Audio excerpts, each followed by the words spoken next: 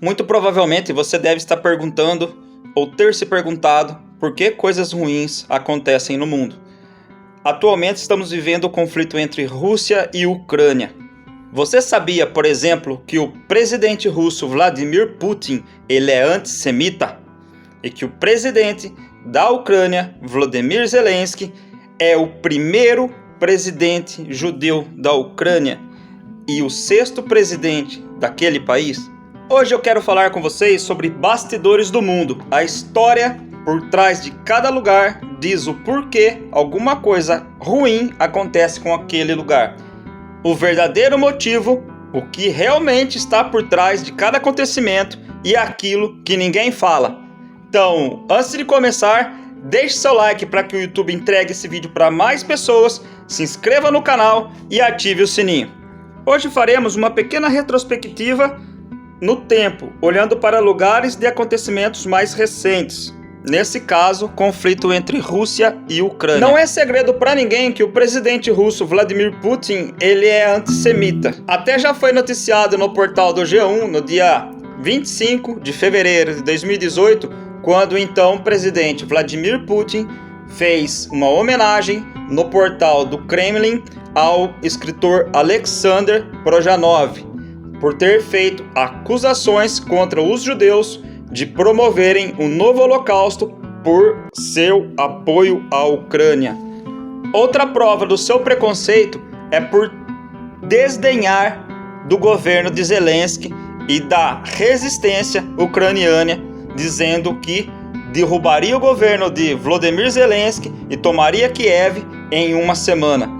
Essa é a principal característica do preconceituoso, é diminuir, desdenhar a pessoa que é alvo do seu preconceito ou o povo no qual ele nutre um preconceito.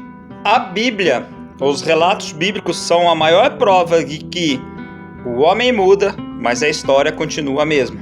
Assim como Vladimir Putin e os russos, no passado, nos dias do profeta Isaías, existia um rei assírio chamado Senaqueribe, que decide invadir Judá, sitiando o povo judeu, o qual o rei ora e pede auxílio ao seu Deus, que logo responde pelo profeta Isaías.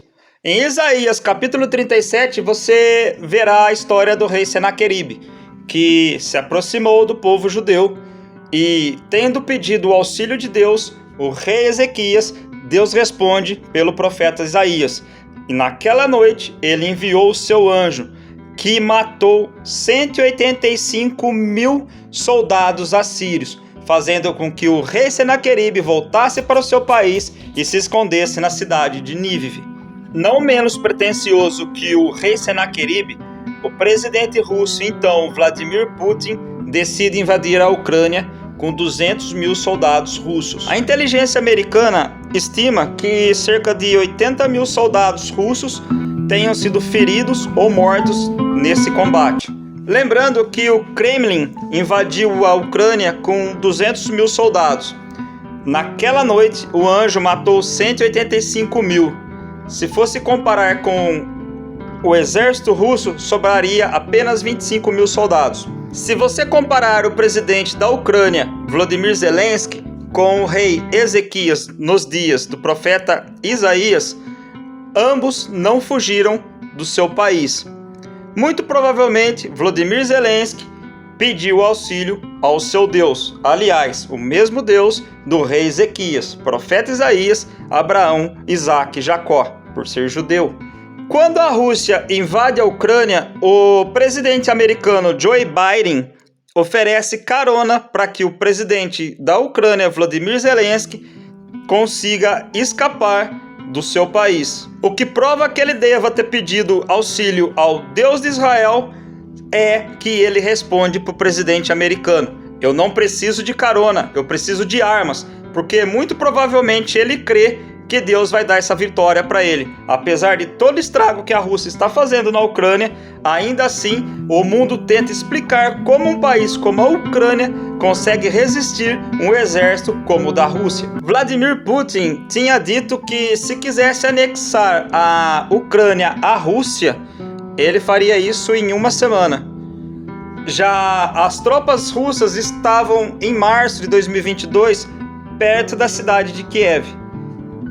Agora, final de setembro, as tropas russas se concentraram no oeste do país. E uma vitória que duraria para acontecer apenas uma semana em derrubar o governo de Zelensky e tomar a cidade de Kiev tem durado alguns meses para acontecer. Então o governo russo decide convocar para a guerra 300 mil reservistas, o que gera protesto na Rússia, e mais de 1.000 pessoas já foram presas pelas polícias russas por protestar contra a convocação feita pelo governo da Rússia. O que um ímpio como Vladimir Putin não entendeu é que quando ele desdenhou do presidente da Ucrânia por ser judeu, essa é a causa raiz do seu ataque, porque ele é antissemita, ele desdenhou do Deus do judeu, que colocou o judeu de cargo de presidente desse país.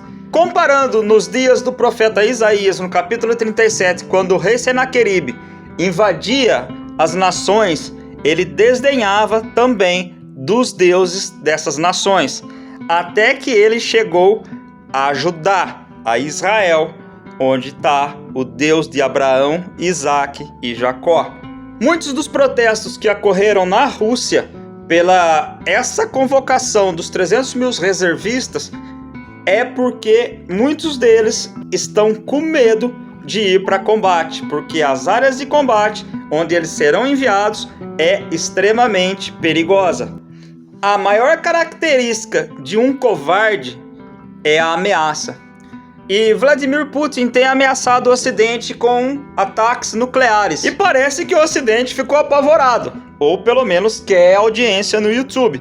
Porque o que tu vê de thumbnail falando que a Terceira Guerra Mundial, a Rússia isso, a Rússia aquilo, não está escrito. O que de fato o governo russo está fazendo é enviar mais soldados para a morte. Enfim, pessoal, como eu falei no começo do vídeo, olhando para a Bíblia, você pode perceber que o homem muda, mas a história é a mesma. Nos tempos bíblicos, pessoas que atacavam Israel, o povo judeu, costumava, ao ser confrontado diante de algo mais difícil do que elas conseguiriam vencer, elas terminavam ameaçando. Pode ser o caso desse Vladimir Putin. Mas aconteceu também com o profeta Elias.